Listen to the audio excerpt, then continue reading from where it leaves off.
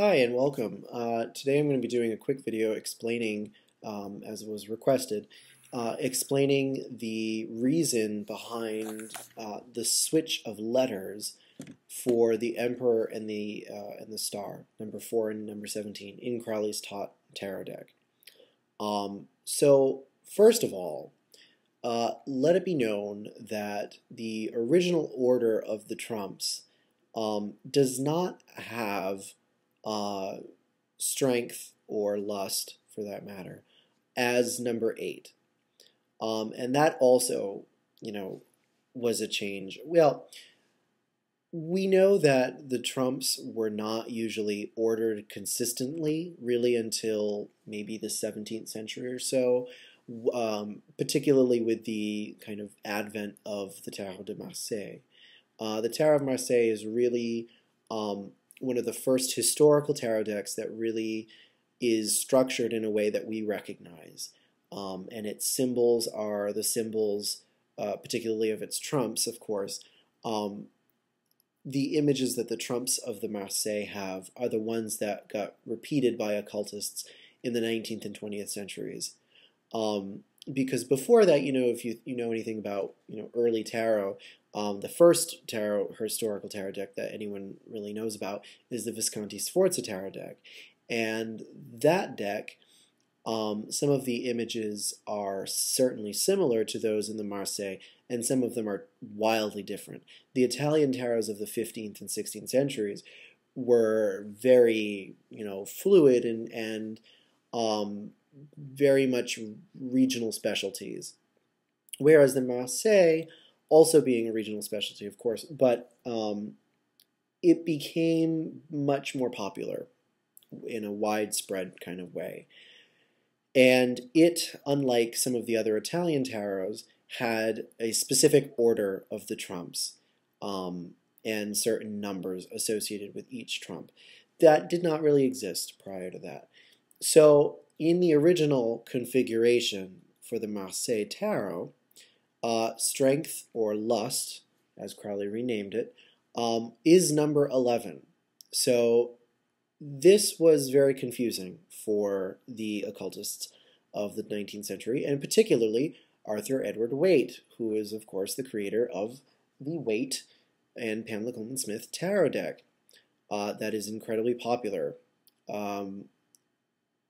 Basically, the idea is that the trumps go in astrological order, except for strength, basically, except for strength and justice in the Marseille deck. I'm going to use Marseille titles for now, just because that we're talking about the historical deck. Basically, the order of that, of course, goes Judgment is number 8, the Hermit is number 9, the Wheel of Fortune is number 10, and then 11 was Strength, la force. And so everything other than that is in perfect order. Starting with the Emperor as Aries, you have, right after the Emperor, you have number 5, the Hierophant. After that, you have 6, the Lovers, which is Gemini, and so on and so forth. All throughout the Zodiac wheel, until you end with Pisces at the Moon, number 18, and then 19, 20, 21 are not considered astrological. This presented a bit of a conundrum for Waite, and so Waite tells us that he that he reorders the trumps, basically for a reason that he doesn't feel that you need to know about, because you're not going to get why, is basically what he says in his book, which goes up my ass a mile, of course, because it's a very simple reason why he changed it. With Waite's changing of the original order by making strength number 8, he reestablishes or rather adjusts, recalibrates the astrological order for the trumps, so that then you have, if you make the switch of justice and strength that Waite does, you will get the proper order of, Leo, followed by the Hermit being Virgo, followed by justice being obviously Libra. And so that all seemed well and good.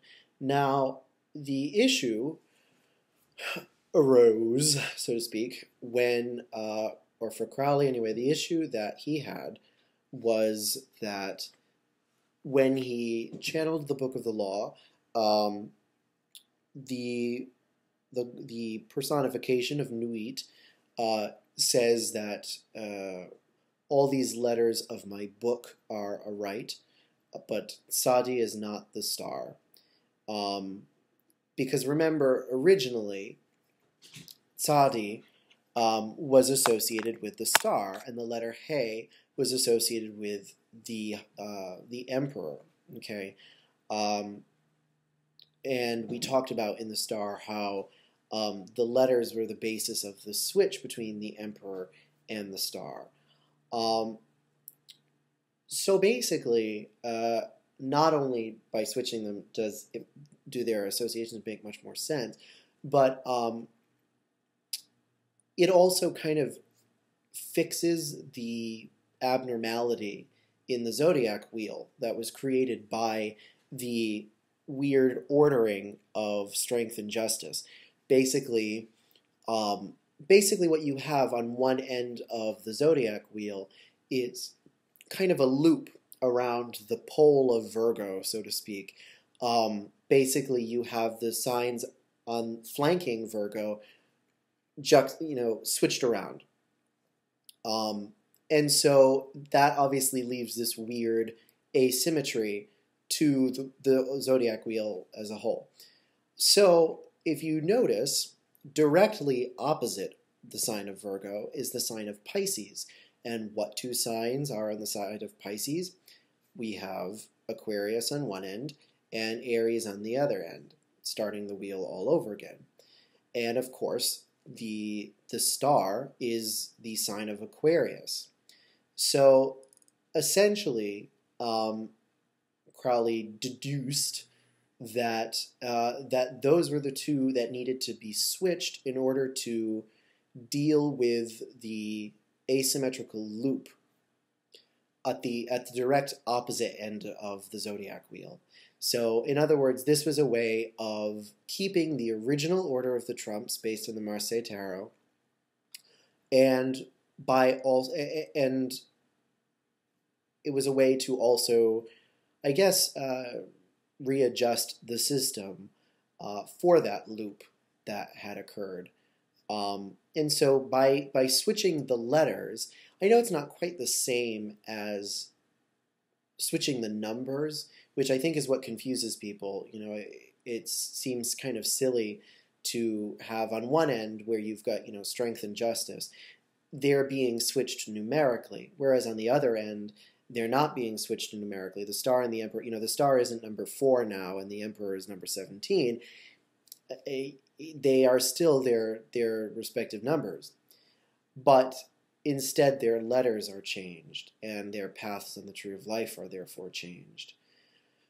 So this is kind of, it's not, in my opinion, the most desirable solution to the loop problem, but it does make sense. And because as we've talked about in the videos for the Emperor and the Star, we talked about how the idea of a fishhook makes more sense for the Emperor, and the idea of a window makes more sense for the Star, and how one is a more masculine idea, a fishhook is more phallic, and a window is more feminine, generally speaking. So yeah, I would say that that's about it. If you have any questions about this, I hope this helped answer your question.